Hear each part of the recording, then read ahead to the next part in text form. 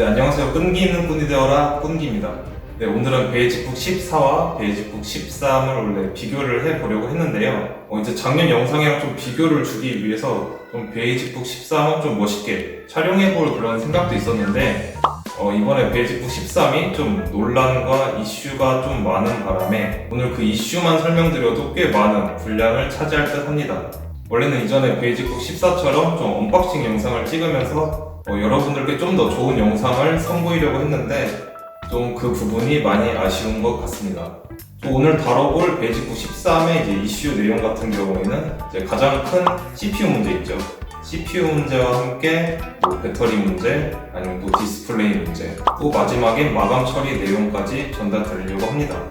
제가 받은 이 베이직북 13도 제가 실사용을 해보면서 좀 문제가 많이 있었거든요. 그래서 반품 처리를 해야 되지만 또 저는 여러분들께 이 베이직북 13 필름을 제작하기로 약속을 드렸었잖아요. 그렇기 때문에 저는 이 반품을 조금 늦춰볼 생각이고 이 베이직북 13 반품 기간을 어느 정도 줄지는 저도 잘 모르겠습니다. 일단 베이직북 13 필름을 제작을 하고 나서 그건 좀 생각을 해봐야 될 것 같고요. 필름 내용이 나와서 말씀드리는 건데 일단은 베이직북 14 같은 경우에는 이 영상 아래쪽에 링크를 넣어서 이제 판매를 할 예정이니까요. 만약에 베이직북 14 유저분들께서도 필름이 필요하시다면 여기서 구매를 하시면 되겠습니다. 네, 이렇게 제조사에 와서 베이직북 14 필름은 받았고요.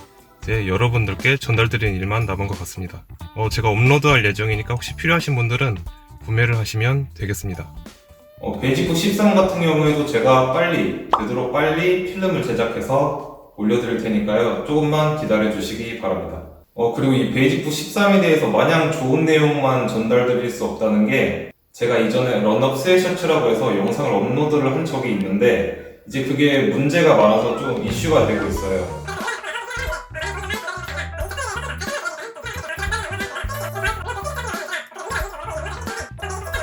그래도 너무 좋은 점만 말씀드리면 좀 여러분들께서 오해를 할 수 있겠다 그런 생각이 들었습니다. 제가 이번에 베이직북 13 같은 경우에는 이미 사용을 해보면서 문제가 발견이 되었기 때문에 좀 이전 영상과는 다르게 진행을 할 수 있을 것 같습니다.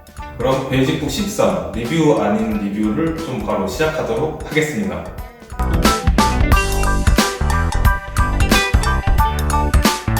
일단 가장 먼저 디스플레이 문제가 가장 많기 때문에 제가 바로 충전부터 시작을 했었거든요.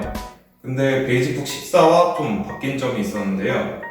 이전에 베이직북 14를 보시면 충전 포트가 중간에 있고 이 USB 포트가 바깥쪽으로 나와 있거든요. 그래서 만약에 이거 충전을 하시게 되면 끼웠을 때 이전 베이직북 14 같은 경우에는 이 부분이 걸렸어요. 그래서 충전기가 걸려서 좀 불편한 느낌이 있었거든요. 그런데 이번에 베이직북 13 같은 경우에는 이 충전 단자가 바깥쪽으로 있고 USB 포트가 안쪽에 있기 때문에 이제 USB를 연결하고 나서 이제 이렇게 걸리적거리는 그런 점은 개선이 되었습니다. 네, 여기 보시면 USB 포트가 안쪽에 있는 것을 확인하실 수가 있습니다. 이렇게 오자마자 이제 테스트를 하기 위해서 진행을 했었는데요. 이제 여기서 문제가 생겼던 점은 지금 이 베이직북 14는 화이트 색상 충전기로 왔고요. 이 베이직북 13은 블랙 색상으로 왔었습니다. 제가 미리 찍어둔 영상이 있는데 거기에 보시면 처음에 베이직북 14 당연히 충전 단자가 똑같으니까 저도 충전을 할 수 있을 거라고 생각을 하잖아요. 그래서 처음에 베이직북 14 이 화이트 충전기로 충전을 하기 시작을 했습니다. 그런데 베이직북 13이 충전이 안 되기 시작을 합니다. 지금 여기 영상을 보시면 지금 충전 포트가 꽂혀 있고 이렇게 불이 들어옴에도 불구하고 지금 충전이 안 된다는 것을 보실 수가 있습니다. 이번 베이직북 13 문제점이 배터리 충전이 안 되는 경우가 있었거든요. 그래서 저도 이렇게 리뷰 영상을 찍기도 전에 벌써 문제가 발생하나 당황을 했었는데요. 그래서 아니겠지 하면서 베이직북 13 용 충전기로 한번 충전을 해보았습니다. 그랬더니 이상은 없었고요. 그래서 어찌저찌 충전을 하고 또 제가 실사용 테스트를 진행을 해보았습니다. 네, 배터리를 한번 확인해 보도록 하겠습니다. 지금 주변이 좀 많이 지저분하긴 한데 지금 사무실 자리가 여기밖에 없어서 좀 양해 부탁드리고요. 얼른 빨리 사무실을 옮겨서 좋은 컨텐츠를 찍을 수 있기를.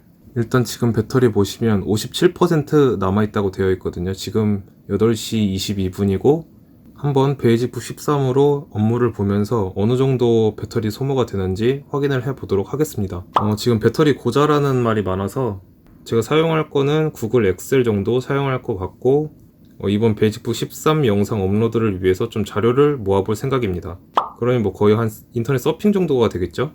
그럼에도 불구하고 배터리가 어느 정도 소모될지 한번 확인해 보도록 하겠습니다. 아마 배터리 고자라는 이야기가 많아서 이 정도만 사용해도 배터리가 좀 많이 사용될 것 같은 그런 느낌이 들거든요. 한번 직접 사용해 보도록 하겠습니다.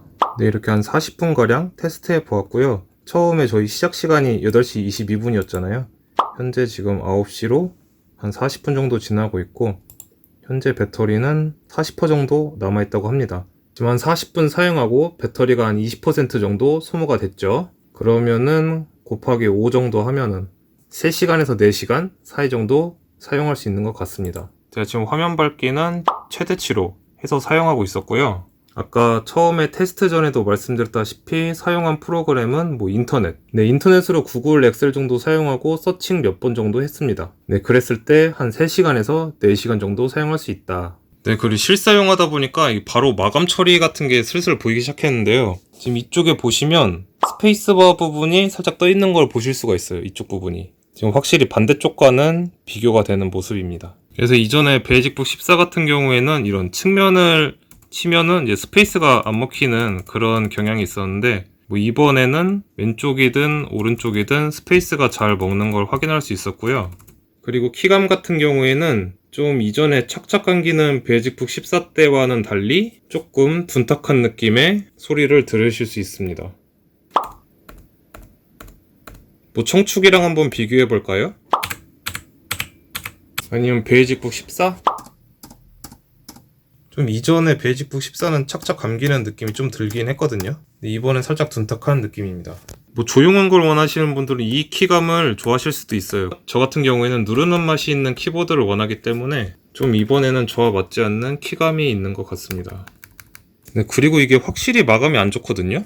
이쪽 보시면 지금 상하 방향키도 보시면 왼쪽은 떨어져 있고 오른쪽은 좀 들뜬 모습을 보실 수가 있어요. 그리고 저번에 베이직북 14 때 스페이스 키와 비슷하게 이번엔 방향키가 좀 측면을 누르면은 지금 키를 누르고 있잖아요. 커서가 안 움직이는 것을 보실 수가 있어요. 정확한 위치에 클릭을 해야 된다고 하는데 이런 기능은 저번 스페이스랑 좀 비슷하죠? 왼쪽 키 같은 경우에도 누르곤 있지만 움직이지 않는다.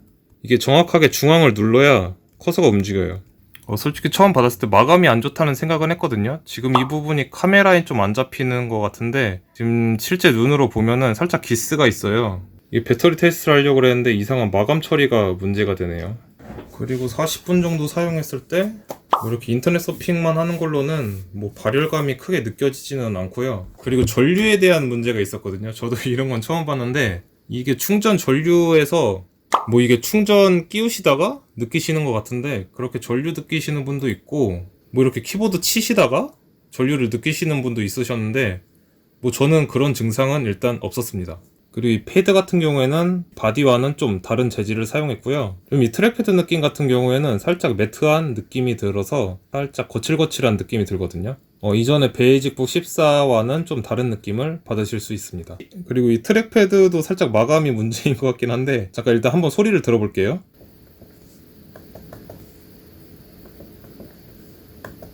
네, 확실히 오른쪽이 좀 경쾌하다는 느낌이 드시잖아요. 지금 제 느낌도 그렇거든요. 왼쪽 클릭이 안 된다는 느낌을 받으실 수 있습니다.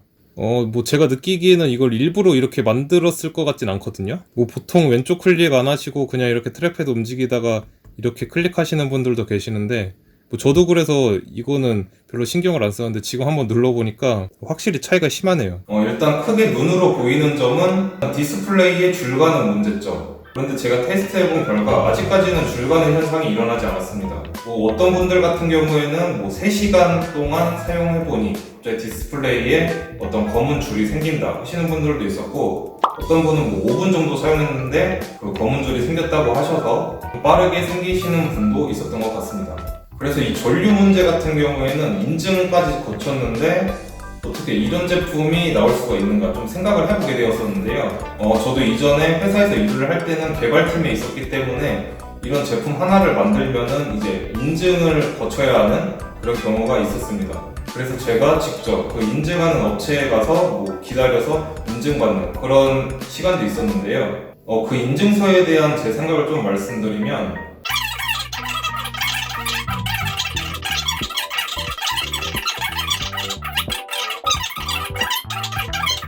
그래서 제 생각은 이 베이직스가 이제 일정하게 생산해내는 기술이 부족하지 않았나 라는 생각을 하게 됩니다.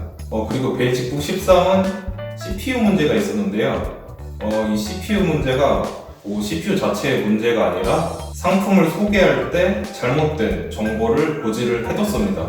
그렇기 때문에 지금 대단히 큰 이슈가 되고 있는데, 지금 그것 때문에 신고하시는 분들도 계시고 좀 마음이 불편하신 분들이 많은 듯 합니다. 그래서 정말 이게 문제가 되는 건지 제가 궁금해서 한번 알아봤습니다. 우선 왼쪽에 보이시는 사진이 베이직북 13 펀딩 당시 고지했던 CPU 사양입니다. 오른쪽 사진을 보시면 가용 주파수라서 우리는 버스트 주파수를 기재해서 문제가 없다고 합니다. 모르시는 분들이 보시면 스펙을 잘못 기재한 것은 없으니 문제가 없다고 생각하실 수도 있는데요. 그렇다면 원래 노트북 CPU 프로세서 주파수는 버스트 주파수를 기재할까요? 최신 노트북으로 알아본 결과 S전자, L전자 모두 기본 버스트를 동시에 기재하는 것을 보실 수 있습니다. 다시 돌아와서 스펙 비교 사진을 보시면 저는 베이직북 13이 좋다는 비교를 하기 위해서 이와 같은 버스트 주파수를 표기한 것이 아닌가 싶습니다. 왼쪽에 타사 A의 CPU를 검색해보면 기본 주파수만 기재되어 있습니다. 1.8GHz로 말이죠. 오른쪽 타사 B의 CPU는 기본 버스트 모두 기재되어 있고, 이때는 버스트 주파수와 함께 비교가 된 것을 확인하실 수 있습니다. 그리고 마지막 베이직북 13의 프로세서 주파수는 1.1과 2.6임을 알 수 있습니다. 기본 주파수로만 비교해보면 양쪽 타사의 노트북보다 같거나 떨어지는 것을 확인할 수 있죠. 그래서 버스트 주파수로 비교를 했다고 개인적인 생각이 듭니다. 일반 고객분들이 일일이 비교하면서 구매를 할까요? 스펙 비교를 해줬으니 맞을 것이고, 여기가 저렴하면서 더 빠르구나 라는 생각으로 구매를 하셨을 겁니다. 논란의 여지가 없었길 바랬다면 현재 기재되고 있는 타사의 스펙 사양서처럼 기본과 버스트, 주파수 모두 적어서 비교를 했어야 하지 않을까 싶네요. 펀딩 참여자분들이 노트북 사양을 확인 안 할 것이라고 생각했던 걸까요? 현재 베이직북 13 사양을 노트북 자체에서 찾아보면 1.1GHz로 기본 주파수가 적혀 있습니다. 처음 받으신 분들이 CPU를 속여 판매했다고 생각하시는 것은 피할 수가 없었을 것입니다. 자, 오늘 베이직북 13 리뷰 아닌 리뷰를 한번 해보았는데요. 좀 리뷰라고 하기도 그렇죠. 이슈를 좀 말씀을 드려봤는데, 솔직히 말씀드리면 이번 제품은 추천을 드릴 수는 없을 듯 합니다. 왜냐하면 제가 뽑기 운이 없었을 수도 있지만 진짜 베이직북 14 때와 달리 베이직북 13 현재는 정말 문제가 많은 듯 합니다. 지금 화가 나셔서 좀 댓글을 다시는 분들도 많으시고 커뮤니티가 좀 장난이 아니거든요. 그래서 이번 베이직북 13 이슈를 좀 알려드리면서 만약에 베이직북 13 구매하실 의향이 있으신 분들은 조금 더 생각을 해보시고, 아니면 펀딩이 뭐 2차, 3차 이후가 진행되고 나서 구매를 하시면 좋을 듯 합니다. 여기가 펀딩하는 이유가 계속해서 판매를 하려고 하는 것이 아니라 이제 자기들도 어떻게 뭔가 개선을 해야 되는데 이제 자신들만 보기에는 장점만 보이잖아요. 그래서 좀 투자자분들을 좀 토대로 해서 이제 데이터가 좀 쌓이면 좀 더 바뀌는 베이직스가 되지 않을까 싶습니다. 사실 와디즈 리워딩이 뭐 구매를 하는 건 아니잖아요. 사실 투자의 목적이기 때문에 좀 불안전한 제품이 오는 것은 어떻게 보면 좀 당연하다는 생각이 듭니다. 적어도 투자자분들이 사용을 할 수 있도록 기본은 좀 됐어야 하지 않을까 생각이 드는데요. 지금 기본도 안 돼 있는 노트북이라는 느낌이 들어서 저도 지금 영상 제작하는 게 살짝 난감하긴 합니다. 이번 일을 계기로 해서 좀 더 바뀌는 베이직스가 됐으면 합니다. 자, 오늘은 리뷰도 아닌데 끝까지 시청해주셔서 감사드리고요. 오늘 이슈에 대한 설명으로 조금이라도 여러분들께 도움이 됐으면 좋겠습니다. 제가 베이직북 13 필름은 얼른 제작해서 올릴 테니까요. 구독과 좋아요 부탁드립니다. 네, 앞으로도 더 좋은 콘텐츠, 더 좋은 영상으로 찾아오도록 하겠습니다. 네, 끝까지 시청해주셔서 감사합니다.